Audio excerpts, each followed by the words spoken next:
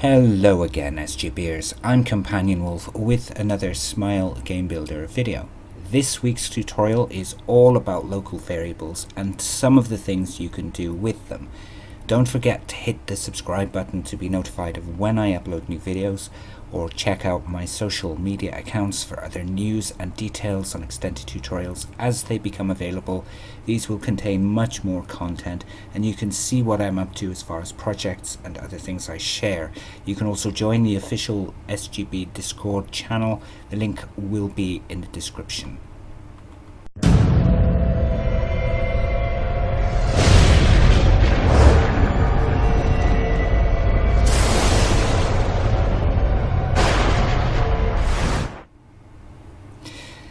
I have been feeling a bit under the weather for a few days. The weather here has been unusually hot and humid, so I haven't been that motivated to do anything. It's not as hot as some areas in America in particular right now, but for the UK it certainly is above average. I suffer from hay fever, sometimes really bad. Obviously because of the weather, the pollen count is much higher than it normally is, so at times I'm more adversely affected than at other times. Anyway, I still wanted to get a tutorial done to keep the weekly videos consistent, and as many of you know, I plan the tutorials ahead of time so it's easier to record or pre-record. Sometimes these planned ones are bumped in favor of another topic that might arise. This is one of those ones brought forward. In a week's time, I have 2 weeks off from work, so I plan on doing a lot of things, not just game dev stuff but other things as well, and I may start sharing more videos on personal life, not too personal though, like local events and places, kind of like a vlog but not quite. What do you guys think? Is this something you'd like to see in addition to the tutorials? Let me know in the comments. Anyway, let's get straight into the tutorial. So, what is a local variable?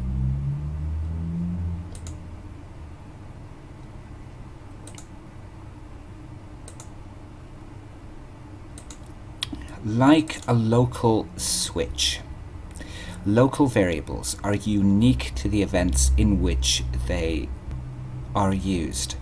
They can't be used in other events and don't appear in the debug window like normal global variables do. I don't think it would be practical to do that. You have 8 local variables numbered 0 through 7, each of which can be used in its event, depending on what you want to do and how many you want to use. And because you can't rename them, if you use more than one, it might be prudent to write down each one's use to avoid things not working.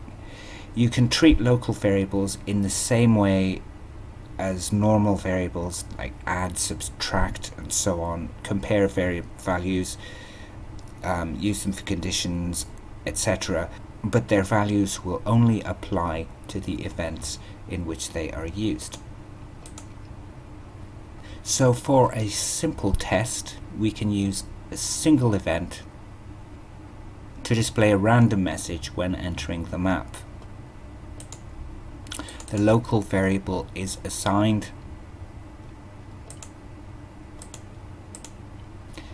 as a random number between 0 and 2 in this case, using the advanced variable box. Add several variable box checks for each value along with a different message for each. And it's triggered one time only, and this way every time you enter the Bard's Inn, in this case, you will receive a message. So when we play test, that's one message, and then reset,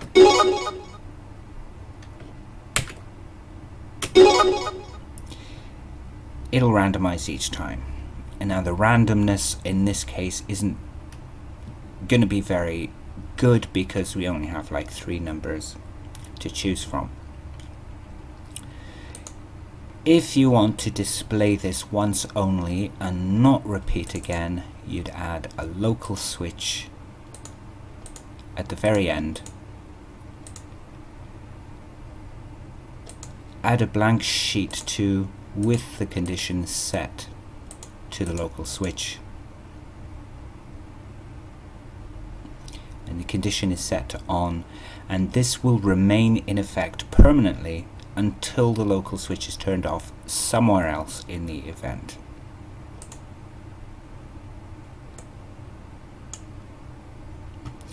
You can also do the same thing for random conversation snippets using a local variable. It's the same structure as before, but obviously the messages will be different. Assigning the random number to local variable 0. If it's 0, it says one thing. If it's 1, does another thing. And if it's 2, it displays another message. And because we're using a local variable, you can recycle any of them that you have used in previous events, because the values are not transferable outside of the event, so it won't interfere with those other events using these local variables. And so with this one, I've done something a little different for when the random number is 2. Basically, the guy falls off his stool a bit drunk and then climbs back on. Let's play test again for this dude just to see that. This may take several attempts.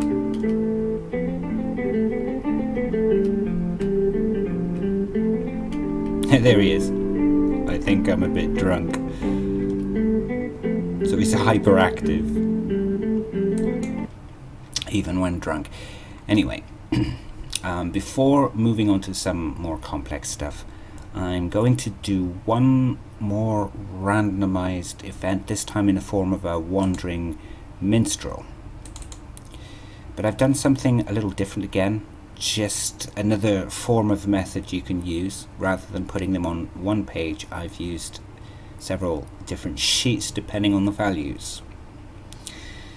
So for this event, I decided to choose this graphic here because it kind of like it does kind of like look like a wandering minstrel. And you have the male and female.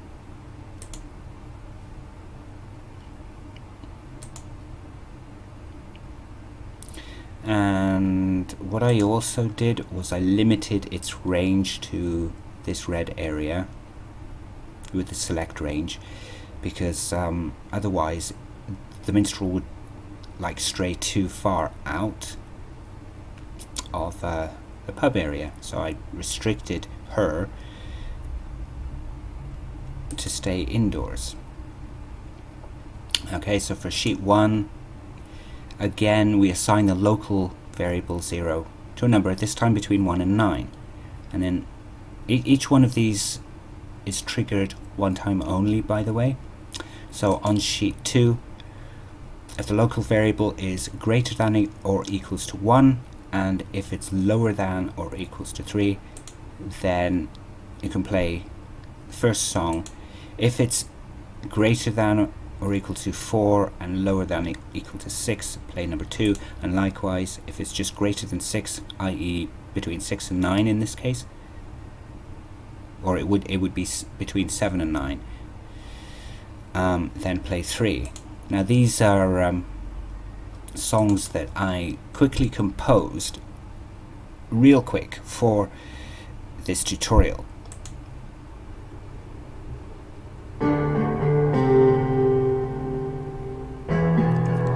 I think this one is the 12th string. And then you have number 2, which is my favorite. I really like this one. And that's using the classic guitar. And this one,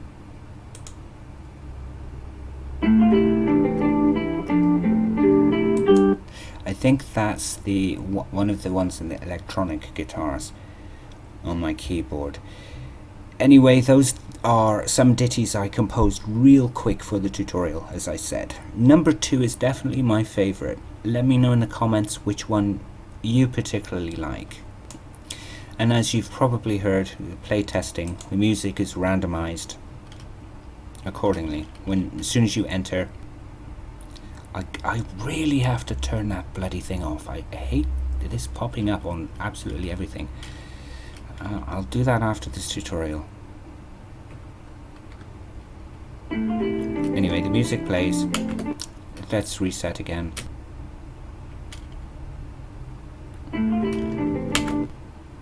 And again, because it's only 3 values, it won't always play. Like, 12 string. For the final event for simple uses of local variables, we'll use more than one variable to simulate a very simple dice game.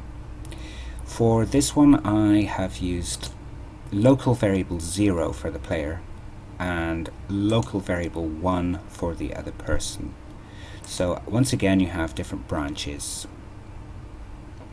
First, for the player, using local variable 0, and then for the other person, using local variable 1. Depending on the value, it'll say different things.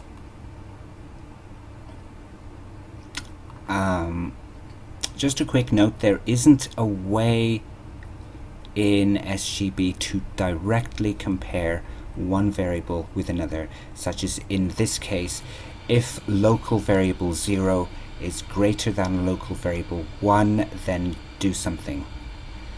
I mean, you kind of can compare variables, but in my opinion it's a bit strange how that's done, and more than a little head scratching for many, myself included.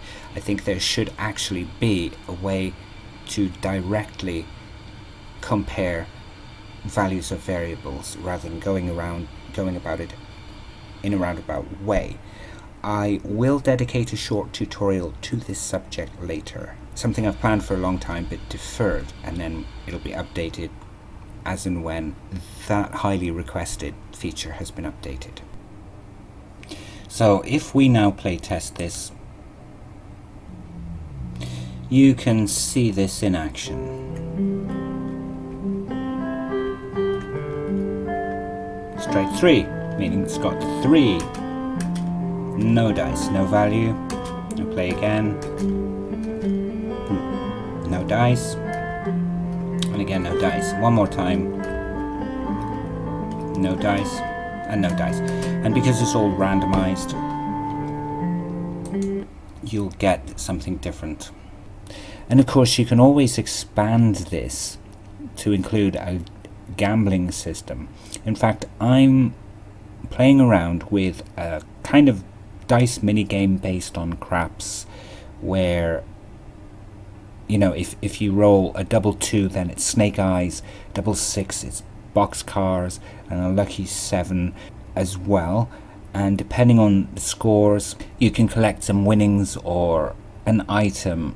Perhaps I will do a full tutorial on that one sometime in the near future. There is so much more you can do, particularly with local variables, and so much more I wanted to do for this tutorial on local videos. Unfortunately, I think we're out of time, so I'll extend this topic to a part 2 where I'll go into more detail on other uses for the local variables.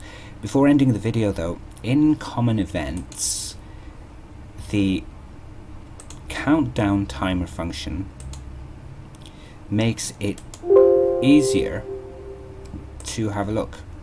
It makes extensive use of the local variables, and if we have a look in the countdown area, you can see that it uses at least 4. Each one is for different things, where you can use all of the mathematical operations for it, add, subtract, and so on and so on.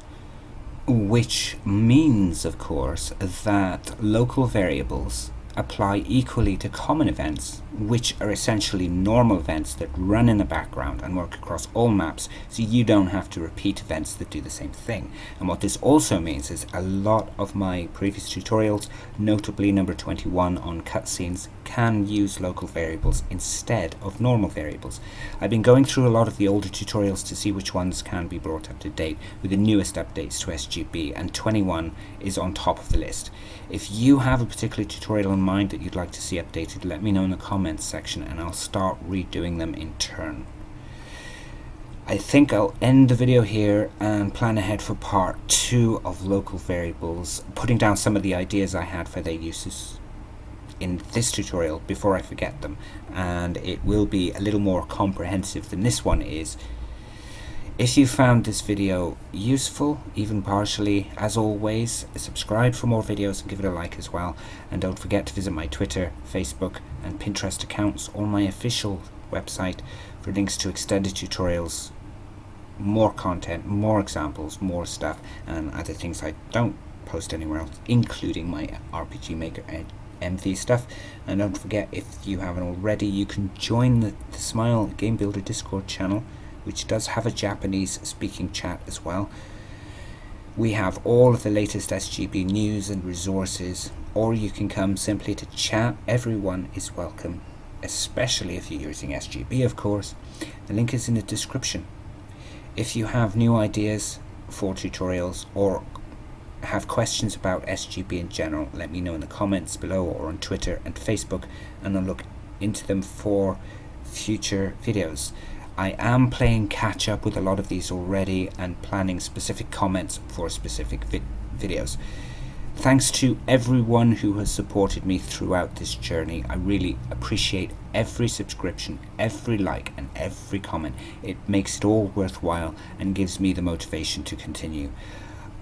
I will continue bringing you more tutorials every Sunday and Monday, and we'll start live streaming SGB more regularly starting this month. In fact, last week I did multi-stream SGB to Twitch and YouTube, and it was more of an experimental live stream with SGB to see how efficiently it worked. It seemed to work quite well, so I'll use that method from now on. And that's it for another tutorial. I think at this point I'm going to lay down after I've made some of my other half's homebrew hay fever remedy, which is absolutely kick-ass, and end the tutorial here. So that's it for another tutorial in the Smile Game Builder Tutorials and Showcases series. Thanks for watching. Until the next time.